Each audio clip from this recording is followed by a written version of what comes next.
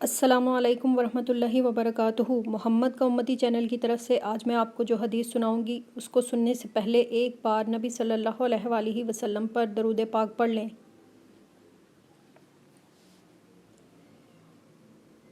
بسم اللہ الرحمن الرحیم۔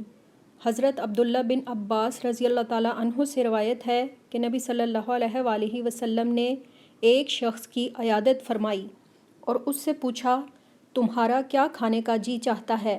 تو اس نے جواب دیا کہ گھیوں کی روٹی۔ آپ صلی اللہ علیہ وآلہ وسلم نے فرمایا، تم میں سے جس کے پاس گھیوں کی روٹی ہو وہ اپنے بھائی کے پاس بھیجے۔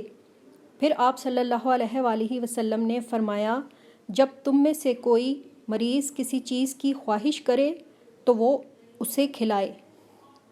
یہ سنن ابن ماجہ کی حدیث ہے۔ اسے جتنا ہو سکے دوسروں تک شیئر کریں اور چینل کو سبسکرائب کریں۔